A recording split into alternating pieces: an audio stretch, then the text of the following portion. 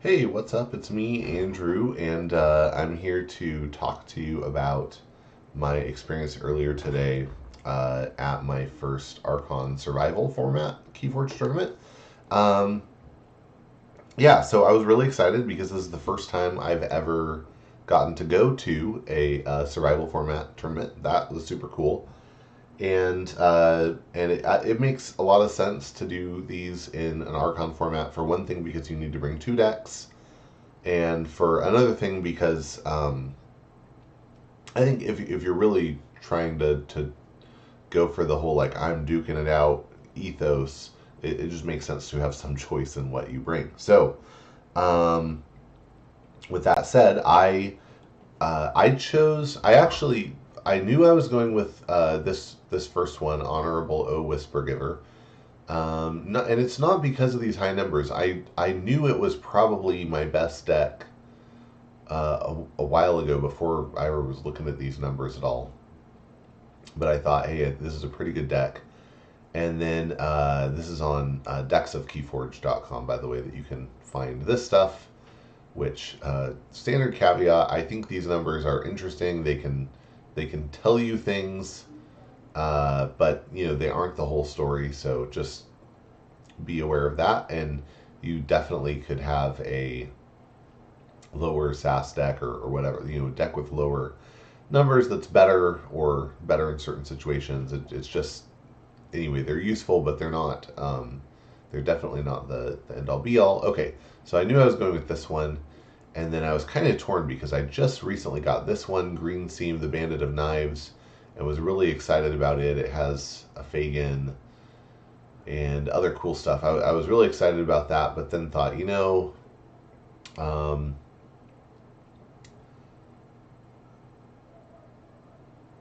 probably I should bring this one instead, Coutier of Justician Office, and that's what I ended up going up with. Not because it has a higher number, but because it just has such insane amber generation with four ghostly hands. The tremors make really good board control, along with smashes, bumpsy, and it has a key charge, which actually I didn't get to use today, but anyway, just all around good stuff. And then my next decision that I had to make was, okay, if I'm going to bring these two decks, which one do I play first? Because the way that the survival format works, if you aren't familiar with it, and I wasn't that familiar until today, is you pick a deck, and that's the deck you're going to start with. You have to register both decks ahead of time, but so I told the organizer, here are the two decks I'm going to use. Here's the order, and um, so you play with that first deck until it loses. So and then you switch to your second deck. And so I thought, well, I'm gonna be probably facing better decks toward the end. So should I lead with my stronger deck or lead with my with my worst deck? And I kind of figured this one is probably the stronger deck, but I decided in the end that I would lead with my strong deck, because if I can just plow through, then I've saved my other one, and maybe in the end, if I manage to get to, let's say, the top two or something, or the top three or four, and I get this deck knocked out, then I have a second chance with a different deck, and it's just all around better chances. So anyway, so I did decide to start with Honorable O Whisper Giver, and the this one also has some decent stun in Sanctum, but really the Doorstep to Heaven is what is really killer amber control, along with some amber destruction in Brobnar, uh, some uh, some capture. No, not really any capture. Oh, a little bit of amber destruction in Dis with the Shaffles, a little bit of steel. Not that much though, and then just yeah, the Doorstep to Heaven is really the way to destroy the amber. And anyway, so I led with this one, and I tried to take notes. I By the end of the day, I wasn't taking very good notes, so I can show you the first three games. But the first matchup was against this deck here, Monothermic Otto Rodriguez Geologist. And, I mean, it has a Fagin and 3 Urchins. Their opening hand was a treasure map. I feel like they played it really well, and I didn't have an answer to that treasure map, but I was able to start getting board control and also get some key doorstep to heavens. I was able to kill the not the Nexus but the Fagin pretty quickly. Nexus didn't really have any good targets on my side of the board, and so ultimately I was able to just gain a pretty tight grip on the board and not let go of it. And I think they did manage to forge their second key, but it was only pretty close before I forged the third one, and it went pretty strongly my way. Then the second game was against this one, Iago Teleboost of the Toymaker Center, and I was pretty worried about this because it had 3 Ember Imps and that key to disc. So I thought, well, hey, I have that board control, but if they burn that key to disc and I have no way to to get rid of it, I'm gonna be in trouble. They got me with some subtle mauls and messed me up a bit there. Mind Barb, they got a Hysteria off at a good moment. There were some really annoying moments, but ultimately I was still able to keep that board control. The Tentacus just didn't matter. The Stealer of Souls purged one thing, but then I was able to make it irrelevant. And actually it was the Blinding Lights against a board full of Shadows creatures that really helped me get control. And I think I played Control of the Week like 3 or 4 times that game. I think it was a lot. So I managed to win that one as well. And then my third matchup was, now notice, 88 SAS, 78 SAS. So this is my third matchup, and this one was also going my way, and I had a good grip, I had good board control, and then they just started pulling off steals with Relentless Whispers. They got a Ghostly Hand at the right moment, got an Umbra on the board that actually had a, what did it have on it? It had I think I killed it once it got the rocket boots, but they did manage to get it on the board and keep it there for a while, and ultimately I ended up losing. I got to 2 keys while they were still on 1, and I was ready for the third one, and then they just managed to recover and come back and keep me off of that third key with the steals and get their own third and kick Honorable Whisper Giver out of the tournament. So boo. And then that is when I switched to Coutier of Justician Office, and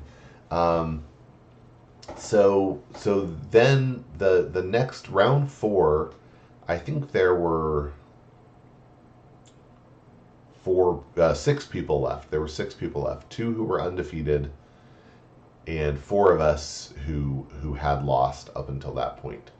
And this is where like my brain stopped working really well, and I did not keep track of who I played against in this 4th round.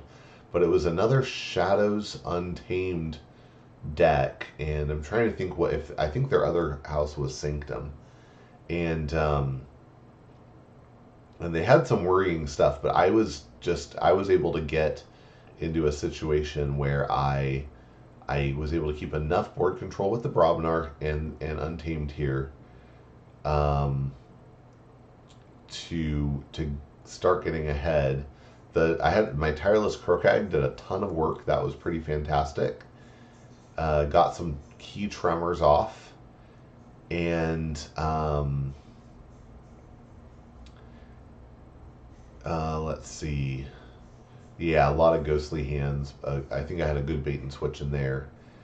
And had that was what really turned. I had a Hunting Witch that stayed on the board for a long time. So I had a Hunting Witch next to I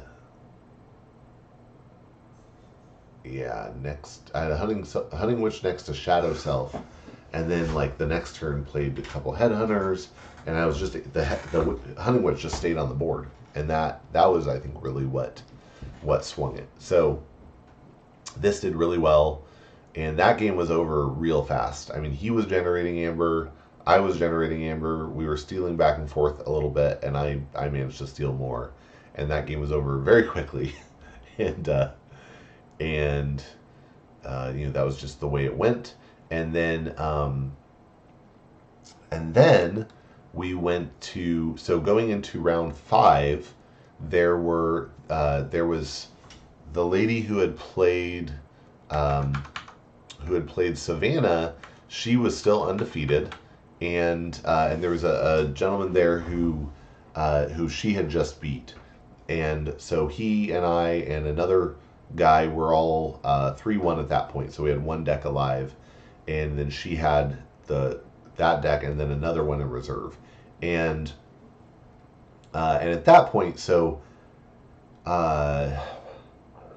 it's actually the guy who had Iago, the lady who still had her 2 decks alive, and this guy are married, and they had someplace they had to be. So now the tournament had paired them together. So basically, what I kind of spoke up and said, hey, the prize structure was basically that first and second place would win prizes. So I spoke up and I said, hey, at least one of them is going to be in the top 2, because if she wins, then she's automatically in the top 2.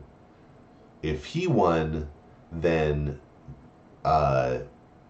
in my matchup, one of us would win, right? And then there'd be 3 of us that would be 4-1. So, but that would mean that they would have 2 of the top 3 slots.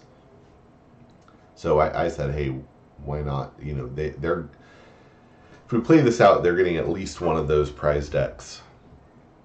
And so everybody agreed, and we went ahead and just they got one of those, and they get to sort it out at home, I guess, who wins it. And then so then it was down to this other gentleman and me playing for the other deck. And again, I wish I had taken notes on this, and I don't have what he had. He had, I believe he had shadows. Yeah, he definitely had shadows, and I want to say, yeah, it was definitely Bravnar. And was it Dis? I'm not sure. I think it might have been Dis. And what ended up happening, I think, what really helped is that I had a really questionable opening hand. Like, I was not sure whether to keep it or not. I think I had a Blood Money and Tireless Crocag and Anger. And I thought, that's sketchy, because if he drops something, one creature, I can do that, and I'll get 3 amber, but my Crocag will be dead, because he had only have 1 creature on the board. And I also had Customs Office in my hand, and that was my only Shadows card. So I thought, well, I don't really want to just play that on my first turn. I was playing second, but okay, I'll keep it. And so it went that way. He actually dropped a Dew Fairy, so I played the Crocag, Anger, and did nothing. But I got the Amber and then Blood Money, which I got that later. And then the next turn got the Customs Office down. And that was really fantastic. The one major misplay that I had was when I played my Ritual of the Hunt. He also had a Customs Office, and I probably should have not played that turn. But because we realized at the end of the turn, he said, "Oh, hey, by the way, you should have paid me 1," because I would have been on 6 and been ready to forge. And instead, it pushed him into forging territory because he had been at 5. And he said, "Well, hey, do you want to take them back?" And I said, No, it's okay. Stupid should hurt. I'll stick with it. So I did, and it worked out. It worked out fine. I actually ended up burning that just to reap with the Dust Pixie. Weird story, but in the end, I was able to get enough amber with the Ghostly Hands, and that early uh, the early customs office was really strong because he just kept pitching artifacts, and so I think there were 3 or 4 artifacts that he just discarded instead of playing, and as a result, he, you know, those are all cards that he didn't get to use. A Gauntlet of Command. I don't remember exactly what else, but I don't know that it would have been better for him to play them. But the reason he didn't play them was because I had the customs office, so it definitely did serious work. And I think every time he did it, I was like on 5, and it would have pushed me into forging territory. So I think he was right to not play those, but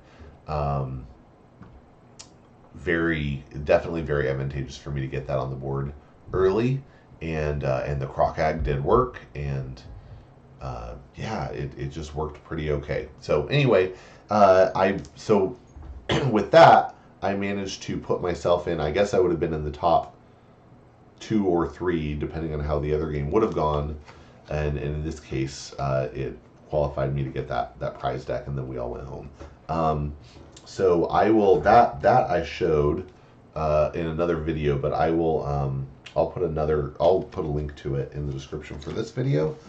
And let's see, I also got, this is just the participation prize, and just one of these, which I think is actually a little low, honestly, for the prize kit give outs but it's okay.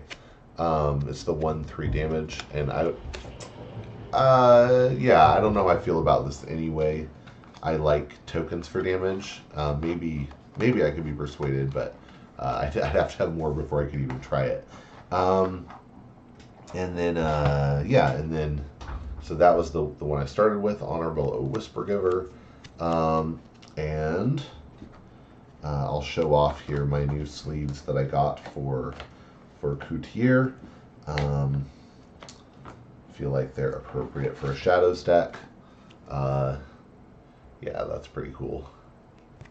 Anyway, and there's Coutier. Anyway, yeah, so that was fun. I really liked the format. Would definitely do it again.